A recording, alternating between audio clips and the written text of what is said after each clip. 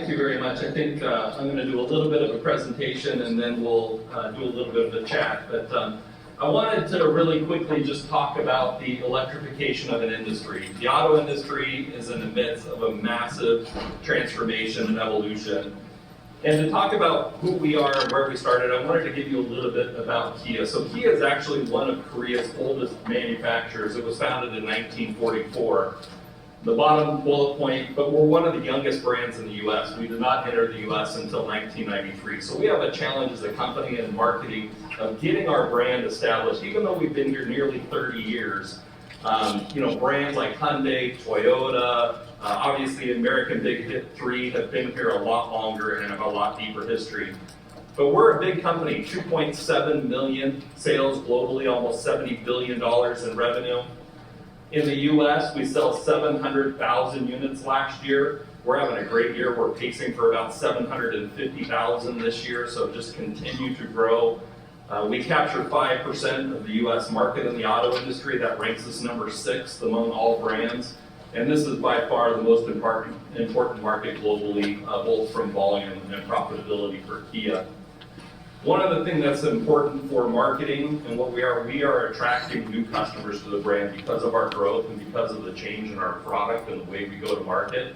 So more than, it's about 2/3 of our customers are new to the brand every month and every year. And Kia has changed. We're no longer a cheap entry-level car company. We are delivering great designs and great quality. We now have the second highest transaction price among the mass market brands. And for 3 straight years, we've been ranked number 1 in J.D. Power Quality, just a testament to how far this brand has come. This chart to me is amazing. Over a 29-year history to see the sales growth that's been propelled. You can see there's definitely a couple of points in time where we took big leaps and bounds, and again this year tracking to be far north of that 700,000 sales. I'll talk a little bit about this on another slide, but we're in the process of rebranding the company, and part of this is to get new facilities and new designs at 781 of our retailers across the country. This is a big undertaking and one that we're accomplishing very quickly. We've got about 200 of our stores that have adopted this new look in just about 14 or 15 months. So a great investment from our dealers and our partners across the country. Okay, I stole this line from a movie, but it's really fitting. The automotive industry is changing. Everything is changing everywhere and kind of almost all at once. And it really is. The regulations that this industry is facing. So the government is really put the automotive industry, customers, and the public infrastructure charging. It's not aligned, but we're all marching towards a goal of where we need to be in the future. So the complications of this business are very significant right now. We're dealing with 3 regulations. One's corporate average fuel economy. So this standard keeps changing depending on the administration that's in business, which makes it very tough to make investments and decide where you go in the future. There's greenhouse gas emissions, and then we've got ZEV emissions, which are zero vehicle emission standards. And just to show this chart, so California, obviously one of the leaders in the country and around the world in setting new standards for zero emission vehicles. But these, 13 or 14 states have adopted California's zero emission vehicle standards, which means 100% of all vehicles sold in these states by 2035 have to be electric vehicles, which is great. It's a very noble and lofty goal, but there's a lot that has to happen to enable this and make it possible. Around the country, about 6% of all vehicles sold are electric. In California, it's much higher. Last month, 22% of all vehicles sold in California were electric. So still, even that, to get there, we've got to grow 5 times. And adopting an electric vehicle is relatively easy for someone who has a home and a garage and can charge it every night, but that's not the reality of where most people live or how they're going to charge their vehicles. So together, we've got a lot of work that everyone has to. So with all this uncertainty, Kia knows that electric vehicles are good for a lot of things, not only the environment, but they're actually fun to drive and have a lot of technological advantages. And we're preparing for an electric future. I won't read all of this, but in 2019, the company announced our Plan F strategy, which stands for SHIFT, and we're investing $25 billion to start this transformation of our company. Today, we have 4 outstanding electrified vehicles. On the top left is the EV6, which is our dedicated battery electric vehicle platform that we launched last year. We have the Nero that comes in 3 powertrains that are electrified, the Sportage that comes in 2, and the Sorento that comes in 2. And I'll share with you a little more of where we're headed. The Kia is not new to the electric game. We actually started selling the Soul EV in 2013, so we've got about 10 years experience. You can see very modest volumes, but really last year when we launched the EV6, that has propelled us ahead very significantly. This is a really interesting chart. So last year there were 39 battery electric vehicles in the market. Tesla, obviously the dominant established player in this market, they have 63.6% market share. Ford has 3 models, they have 66.3% share. And Kia, with our 2 models, we're ranked 3rd in the industry at 5.3% share. So Kia is already establishing itself as a legitimate player in this space. But look at that. By 2025, 142 nameplates will be available as battery electric vehicles. So we're at the tipping point, we're at the cusp of really a massive transformation of the industry. This is to prepare for what everyone is forecasting by 2030, 6.1 million units of battery electric sales in the US, about a little more than 1/3 of all vehicles sold.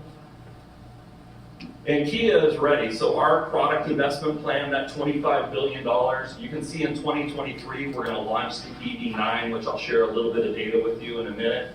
But we have 1 or more battery electric vehicles coming to the market each of the next few years, and we're planning to meet that 35% plus EV regulation.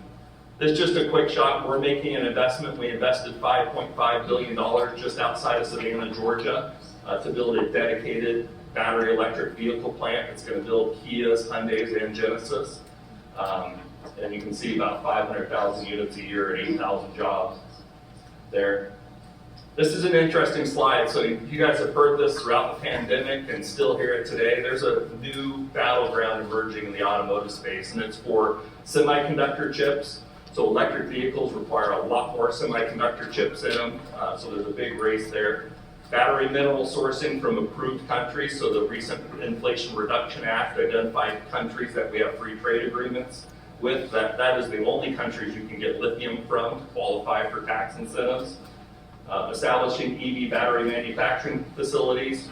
Employees, I'm sure many of you know the struggles it is to get good employees today.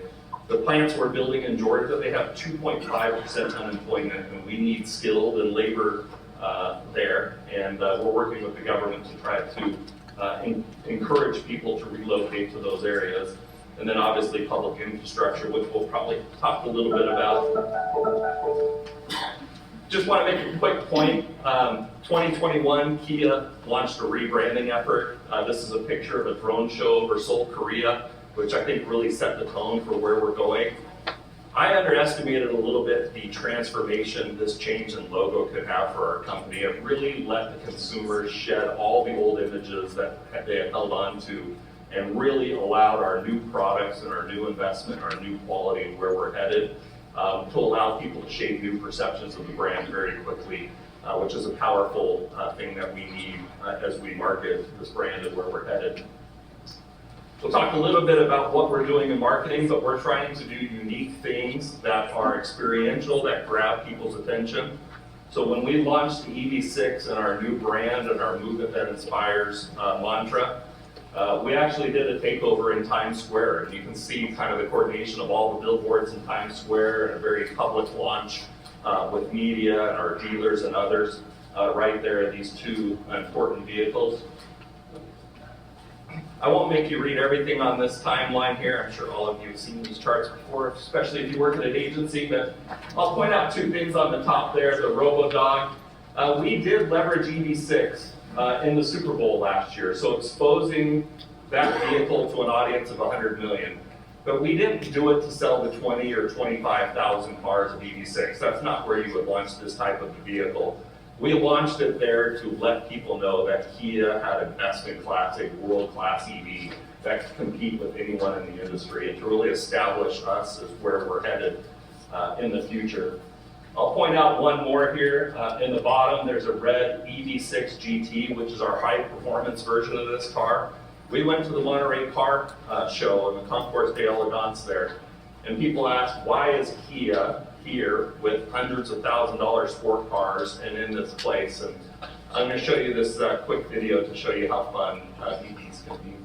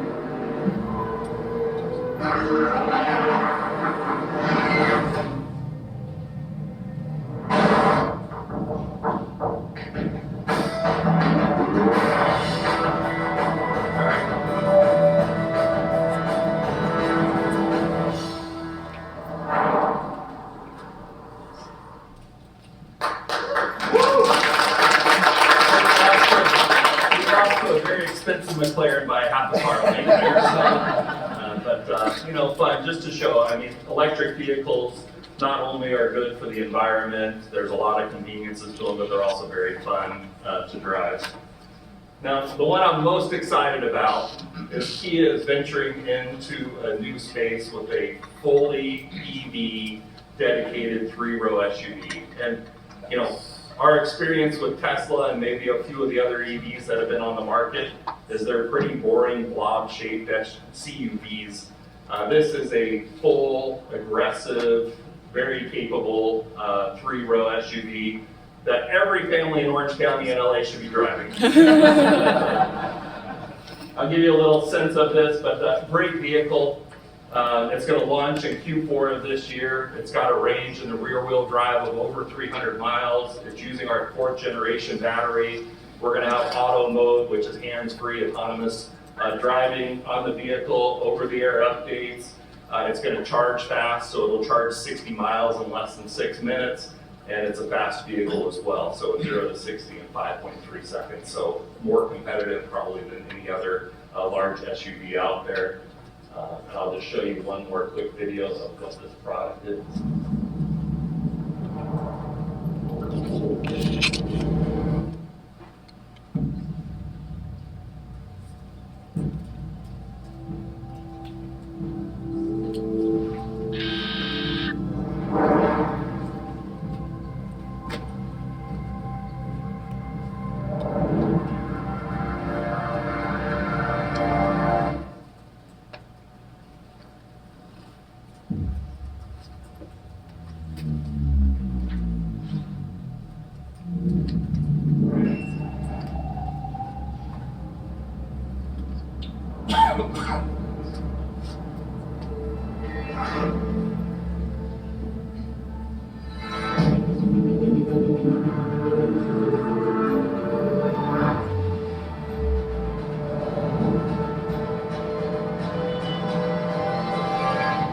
Kia, movement that inspires.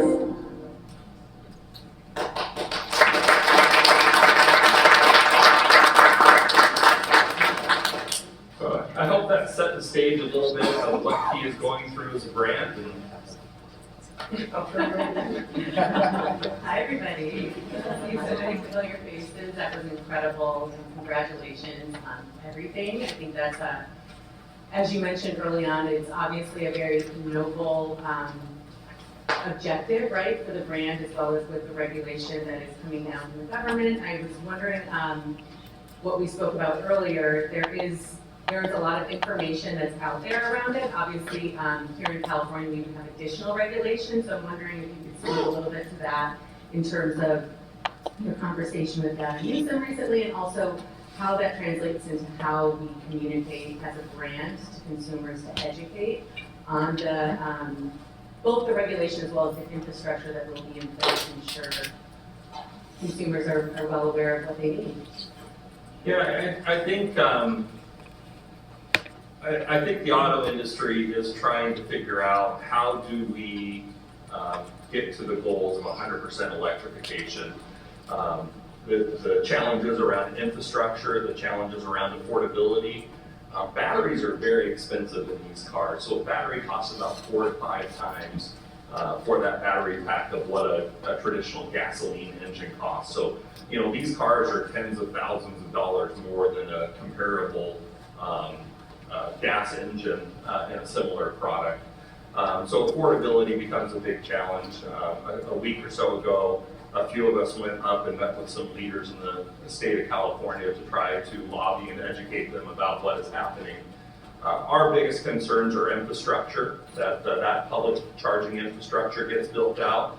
If you have enough charging stations and they're quick and convenient to use, then you don't have to build the range as long. People won't have range anxiety, and you'll be able to take down the cost because the battery is the cost in those cars.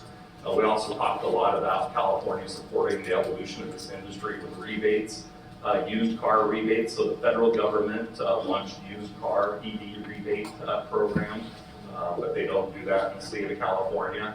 But you're really going to start to see the customers who have more disposable income and more wealth will be the ones that adopt the new EV technology quickly, and then other customers will buy used cars down the line.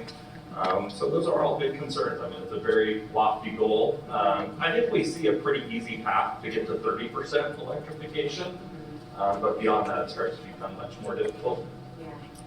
Yeah, no, that totally makes sense. And then as far as, since we're all marketers in the room, right?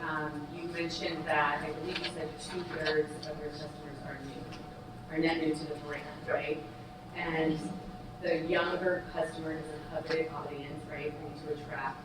But the price points around our EV vehicles are higher. So I just think from a marketer's perspective, so what are some of your challenges of continuing to grow market share with that younger audience, with these higher price point vehicles, and, you know, just understand that a little bit. Yeah, I think there's certainly younger buyers that are more tech savvy that have the incomes to support this. In fact, Kia has bucked the trend the last 5 years. Our average age is coming down and our household income is going up, and that does not happen very often. And I think, you know, the EV customers are going to be younger, they're going to be more educated. Right now, they're very male dominant, very heavily male in that space. And we're adopting and doing new marketing strategies to reach them. We're doing a lot of experiential marketing still, so we're fully participating in auto shows. We're taking the cars out to the customers. We just recently launched a program with our dealers to put cars into like a test drive or service loaner status. So when you bring your vehicle in for service, you can leave in an EV for the day and experience it to get used to it, because that's the biggest hurdle, is getting customers comfortable with what an electric vehicle is and that it could actually meet their daily commuting needs and their lifestyle needs. And then for your traditional Kia customer, are you converting them because of a program like this? Are you converting them, you know, at high frequency into EV vehicles? Is that a big expectation? Yeah, I think we will in the future. I think that transformation of the brand, we're losing a lot of our old customers. So somebody who bought a car in 2018 or before, the brand was in a very different position. It was attracting a different type of a person, and a lot of those customers are not staying with the brand. That's why our conquest is so high, is that we have to go out and find new buyers that really align with where our brand positioning is today. So we're, as a brand, we're still doing a lot of traditional marketing because we need to get our name out there. We need to get our new nameplates we're launching established. So we continue to do a heavy mix of traditional advertising in addition to the digital and some of the more unique and creative aspects. Yeah,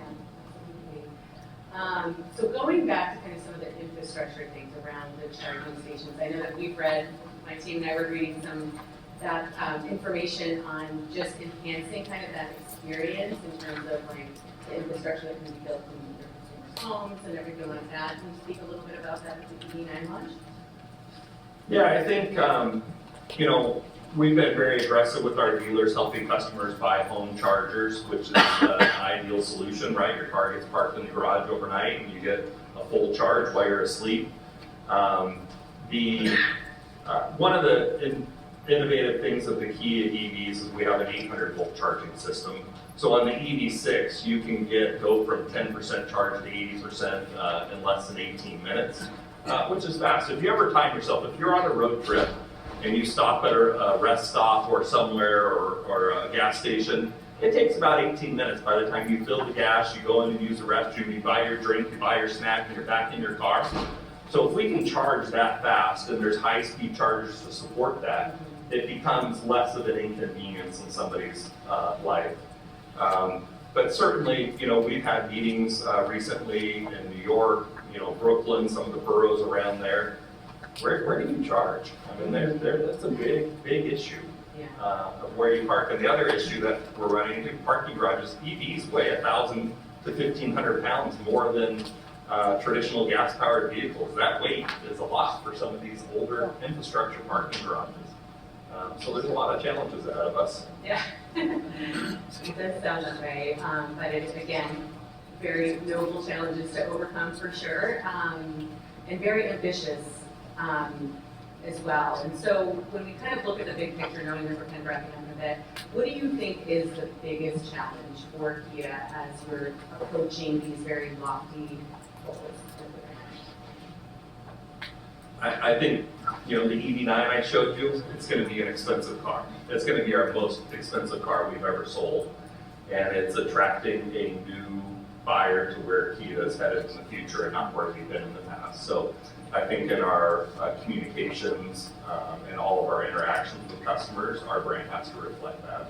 So we have to elevate the things we do, where we are, the presence that we undertake. Those all have to align with where our positioning is going. Absolutely. Challenge accepted. Okay, I know we only have a few minutes left. Does anybody, I'd like to open it up for questions in the audience for Eric. Name and company. Hi, I'm Kristen. I'm from T-Bell. So I wanted to ask about the education that's required from someone who's going from a gas vehicle to an electric vehicle. There's a big learning curve of, just like you said, charging infrastructure. So how is Kia going about educating those who are interested in going from gas to electric, and where in doing that? Yeah, I mean, certainly it's kind of an entire industry challenge, not just one for Kia. A lot of that education is happening online. We're producing videos. We're doing a lot of training for our dealers, so when their sales consultants are interacting. When we go to auto shows, we have specialists that are trained to talk to people about that. Again, the easy is when someone has a home and you charge at home, right? I mean, the beauty of an electric vehicle is you wake up every morning, you have a full tank of charge, full tank of gas, right? I mean, you don't have to worry about it interrupting most of your day.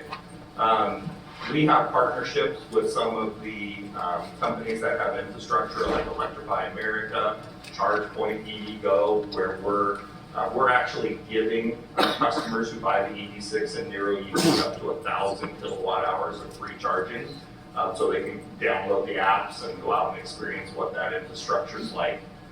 So I think a little bit of it is just learning to live with it once you have it, but open to ideas on how to educate beforehand as well. I have an idea for you. Perfect. I have 8 and 10-year-old boys that are super committed to the environment. Love So I can't even leave the water on for more than 2 seconds. So maybe attracting a new audience that they can educate the parents. Absolutely. Because I've committed to my next vehicle being EV because of them, but I definitely agree that it is an education. And in fact, when I have friends that have EV vehicles that come over, we're just charging in this, regular, there's definitely, especially for old people. Hi, I'm Lauren Campbell. I'm with Firefly. And one question I have as an EV owner is, as the grid is being built, is there a move towards unifying the types of charging that will be there? Because we have two different cars. They both don't accept the same charge. And that's what creates the anxiety more than anything. A week ago, I would have said no. Okay. But I don't know if many of you noticed there was an announcement between Ford and Tesla that Ford is going to adopt Tesla's plug and charging structure. So I think there's a lot up in the air, right? I mean, everyone in the industry adopted one standard and Tesla went with another, but now you've seen the first OEM go, yeah, maybe we'll adopt the Tesla standard. So I think there's a lot of things at play. I think the industry and government and everyone will come together and decide on one or two standards and help build out that infrastructure better. So there's a lot in play for sure. Hey, Matt Goodman, Enthusiast Gaming. So you mentioned part of your strategy is try to develop younger, reaching out a younger audience. Yep. Do you stop at in-market auto shoppers who can actually buy a car, or are you trying to go even younger to develop kind of brand awareness or brand affinity before people even have their driver's license? I think most of ours are targeted at people that are in market and purchasing new cars today, but I think we're open to that. I think our brand's getting to a tipping point where we can start to influence the future, the ones that are going to educate their parents on what they should buy with their next car. By the way, I have kids that are late teens, 20s, and they say they will never buy a gasoline-powered car in their life. So, certainly that mentality is starting to permeate. Time for one more question. Okay, Andre McClellan, Higher Evolution Agency. My question is, how do you, and it's a wide question, I know, how do you deal with the PR of long-term disposal of batteries, like the PR that exists around that? You want my PR guy to answer it? It's something that I hear in conversations about that, There are 3 or 4 pretty significant companies that are establishing themselves as batteries recycling companies. So we're partnering with them. We're also working, I think, as we evolve batteries, instead of replacing the whole thing, you're going to be able to enhance individual cells. One of the vehicles that I did talk about today, we're actually building a purpose-built vehicle for commercial use, so delivery vans and other things like that. The way these are going to be engineered, they can last for several 100,000 miles. And there's discussions about, at 100,000, 150,000, doing a complete reconditioning of the car and bringing the health of the battery back to its original condition, so that you're not disposing of those batteries on a frequent basis, that you'll get hundreds of thousands of miles out of them. So the technology is going to evolve to make the impact of the disposal less and less over time. All right, looks like we're going to wrap up. Well, thank you very much.